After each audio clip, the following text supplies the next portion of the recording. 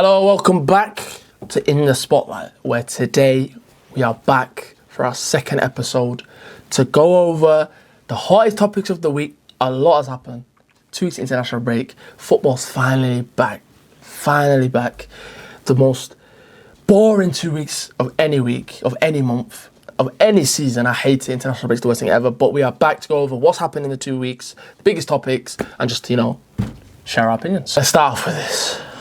Oh my days. Let's start off with, we have completed the transfer of Alexander Isak from Newcastle United on a long-term contract. We're in trouble, lads. We are in trouble. That picture to me just looks like AI. Like, it's surreal.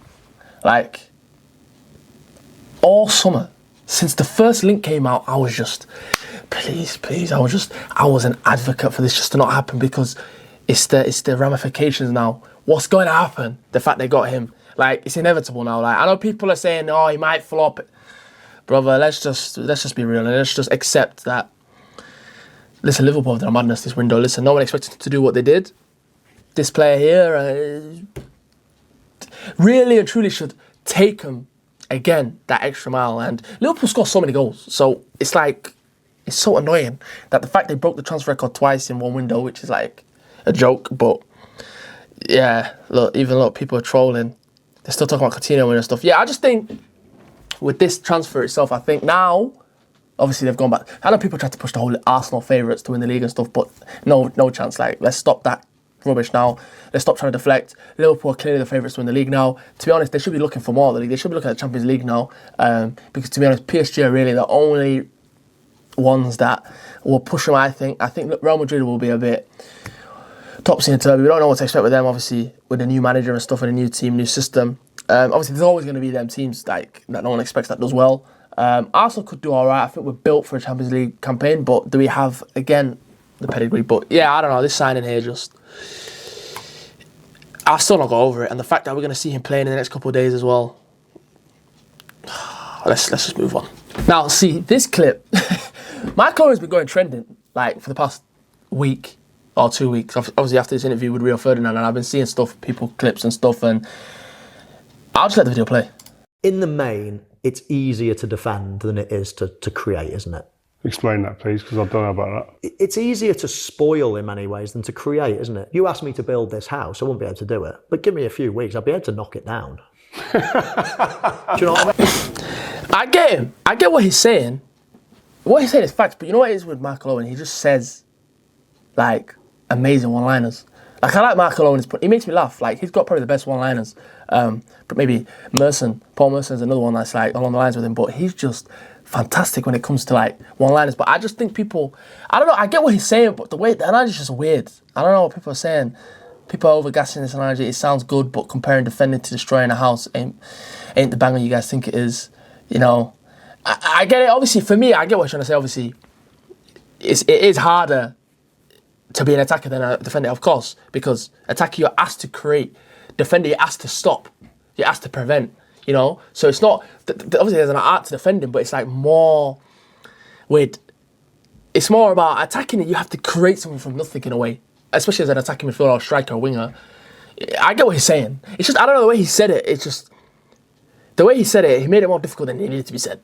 That's just all I'm saying. But yeah, Michael Owen's fantastic. I love his interviews.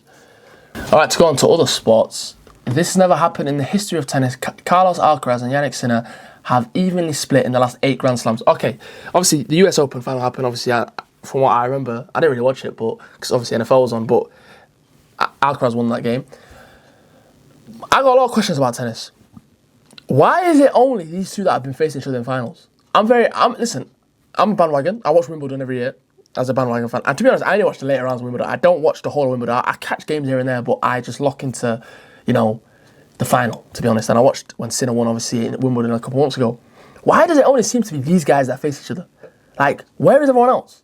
Like, I know back in the day, not back in the day, but a while ago, there was Djokovic, Nadal, Federer, and Andy Murray, and then everyone else like that. But why does it only seem to be these guys? But look here, I've just typed in top 10 on the, obviously I don't know if this is like a specific tour or if this is just overall, but I've just typed in top 10 tennis players. Obviously Alcaraz, Sinner there. I've heard of this man here. I think he's the one he's a bit of a tweaker. Obviously, Djokovic, I've heard of Fritz. Shelton, obviously, I've heard of him. He goes out with Dennis Rodman's daughter. I ain't heard of these guys. The last 4 I haven't heard of, but some of these guys I've heard of, like. But I'm thinking tennis is very, like, if you think of sports, like, I don't know, it's very, like, the fact that you've only got 2, like, these are like Ronaldo and Messi. I'm not comparing to Ronaldo and Messi, but I'm saying you've got them 2, but then after that, it's like, obviously Djokovic will always be like, he's a GOAT. The fact he's still playing and he's 38 is immense. Like, you have to understand, these guys are like 22 and 24, they're still babies at the end of the day. If you look at the average age actually here, like 23, 22, so it's like, I don't know, tennis is a weird one, like, I like tennis maybe, but it's just, I just don't understand why it's only these 2 that are facing each other. I don't know, maybe someone in the comments can help me understand. Now, let's go to my favourite sport. Look, can you see there, Justin Jefferson is there for everyone to see, but let's just read this tweet. Listen, I know people are going to be upset, and people are maybe going to say I'm a bandwagon, and I've got so many different teams. You've got Mets here, you've got Jefferson now, I've got Arsenal. Like, people just think I'm... But look at this tweet. The NFL is so much better than any other sport on the planet, and it's not even particularly close. LMAO. Obviously, NFL started this weekend. It was the first week 1. Probably one of the best week 1s of a sport that I've ever seen in my time watching, whether it's football, basketball. It's just the amount of different storylines that happen, the amount of different things that happen, different teams, different rivalries. You know, I'm not going to pretend like I'm the biggest NFL fan here, but I've started to take a liking into it. I think now I'm really locked in with it now. I want more people, because I'm going to be speaking about NFL more on here as well. I want more people as well, the audience, to kind of grow together and learn the sport together. But I watched the Bills versus Ravens, that game. Just go watch that game. If you've not watched NFL and you want to just watch that game and watch. I know people. I want to speak a bit about. We're going to speak a little bit about the whole, event of an NFL game. But firstly, I just want to focus on what people think about NFL. I think NFL, because of how short the season is, I think that's the best thing about it. It only goes from obviously the first week of September. Preseason starts end of August, but the first week of September and the Super Bowl's mid-February. So it's such a small time. It's like the winter period. And then you've got that whole period of spring and summer that obviously no NFL. But I like that because it's like a sense of anticipation that you're waiting. So I think I prefer that as opposed to like football now where you're oversaturated, you're getting games every week. Obviously football's returning this week. You got Premier League, you got Champions League, you got FA Cup. It's like Carabao Cup. You got so much football. So I get what the guy's trying to say. It's a good for a small sample size, but yeah, I don't know. I think NFL is starting to take over a little bit. Not take over football. I don't think you can ever take over football, but I think there's more eyes on NFL now than NBA. Maybe that's controversial to say. Let me know in the comments what you think, but definitely it's something that I've definitely locked in with recently. If we just look at this video, look at this celebration. Let's start from the start. He scored a touchdown. Bro, obviously combining it, obviously he's known for his crazy exotic celebrations, but bro, when I'm telling you, like, the personalities you get in NFL, like, it's so personality driven, I think, with the sport. And I think that's what everything in America is, like, personality. You even see with the content creator, everything's about personality over there. I think that's why they, like, excel a bit more than anywhere else in the world, because the majority is about personality and entertainment. They actually entertain. All right, let's finish off with this clip. Obviously from the overlap. I do enjoy the overlap, to be fair. I think it's actually good. He looks like he's playing with jeans on. You just know Scholesy wasn't letting that kind of slide. I guess we kind of have an idea of who we're playing with, obviously. My boy's picture's there. Let's watch the clip. We'll go with Gyökeres scores the most goals in the Premier League. There you go. That's what we're going to go with. Wow. It's never going to happen. I'll go with it. Top Premier League goals. I mean, Looks like he's playing with jeans on. now you build Gyökeres up. Looks like he's playing with jeans on. Do you hear what someone said? I don't know who it was. It looks like he plays Playing with in jeans on. You can have that one. I don't know, man. I think people might call me soft on. People might call me like, oh, you're just defending your players. But I don't know. I don't like that clip. And I get the whole banner stuff, and I get it's funny. Don't get twisted. It is funny. But one thing I don't like about UK pundits is, especially, look, Gyökeres is a new player. Some people are going to like him, some people are not.